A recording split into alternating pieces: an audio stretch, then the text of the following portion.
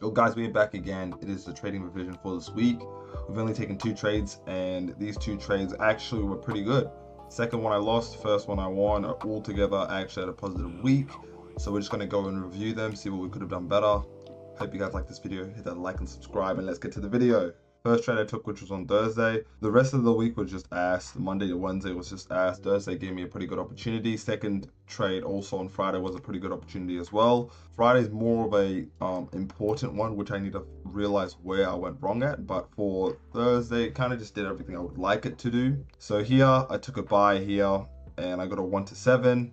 And my goal from this trade here, if you guys check on Thursday's video, was to essentially take out up here. Although, since I was here this whole time, since I was watching price move, I actually could have just held my position without actually keeping a set take profit, because on these certain types of trades where there's no monthly open price as its support, as its base of entry, it means I have to have a set take profit, because what I've realized is price likes to go up to the top liquidity and then push down from there. As you can see here, price pushed down from there.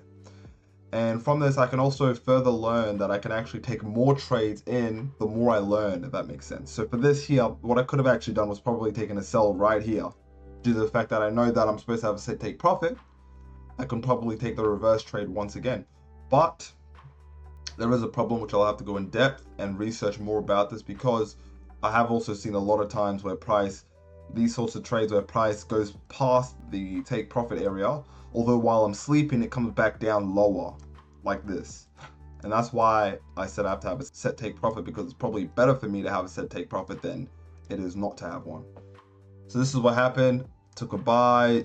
The reason why I did was because of the daily open, liquidity, and the timing, and also just the higher time frame confluence. Right now, price is in a retracement, so it's been going down this whole time. So I was definitely expecting to look for a buy, and on Thursday it represented me with a really good buy right here. And I took this buy, and I took another buy here when price actually decided to make a higher high here. The reason why I took a buy there was because price kind of did what I would like it to do. The first jump from the entry, I explained in my Thursday video of why I actually took a buy in here and why I felt like this was a good trade, was because of that oomph. What I mean by the oomph is when how price moves really quickly at the right place. Doesn't matter if it comes back like this. When it has that oomph, I'm more confident, but I also do understand I can still lose. And from this, guys, obviously took a buy here. Price started pushing down to retrace back to the daily open, came up here and just started congesting. But as soon as price broke through here, the reason why I actually took a buy right here when price made it through was, ironically, it was 8 o'clock, which is another good timing for this trade. Although I wasn't really looking for that good timing, I was looking for how price reacted to when price broke through structure. And how price broke through structure here was price came up, down, and then came up and broke through the previous structure. Then came back to retest, then continued going up, and that's what I saw. That's why I decided to essentially take a buy up here. It just happened to be good timing as well. And I decided to put my stop loss just below here. And funny enough, when my stop loss is just below here, I also bring my other trade just below here as well, so that I actually risk less while risking more. So I still risk a lot, but I risk less while having more. That makes sense. And yeah, I just saw this trade. This was really weird what happened here. At 9 o'clock, price just shot up, which was absolutely beautiful for me, but I have no clue why it did this, right? And by the way, guys, during this time I was holding it because I just wanted to see if price was going to push up more before it actually came down. Like, I thought price was going to either push like this and then come down, but in actuality what happened was price pushed up early for no reason and then came back down. And in this situation, this is what I'm talking about, how price hits the take profit area and then started pushing down. So when price started rejecting off this area, I was like, yeah, I'm gonna take out both my positions. I took out my main position and then kept my second position in a little bit longer to see if price was going to retrace to the upside, which it did originally, and then started coming back down later. So this is what happened, guys. Got a 1 to 2 from this, pretty beautiful. I also risked half this whole week because I lost a whole lot on like last week. That's why I'm like turning it down. And I'm turning it down probably till I start winning consistently more, prices more in my favor. So that was a good trade there. This trade kind of represented itself with the same thing, where I took a buy here.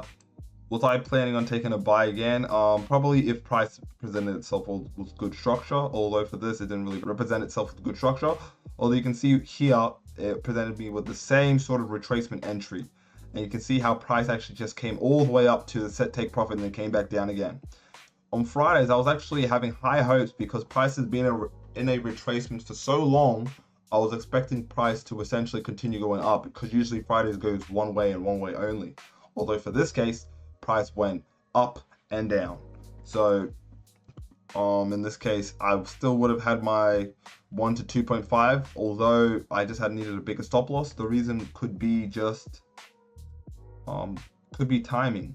I could focus more on timing because I got in at like 850, and I didn't know that later on price could literally come down to do what it just did here, where like this was a possibility for price to grab in here. But I did know just from my back testing that liquidity, wherever price takes liquidity, you don't actually need to take the best area of liquidity, because if I was to wait for here, I would have never been in.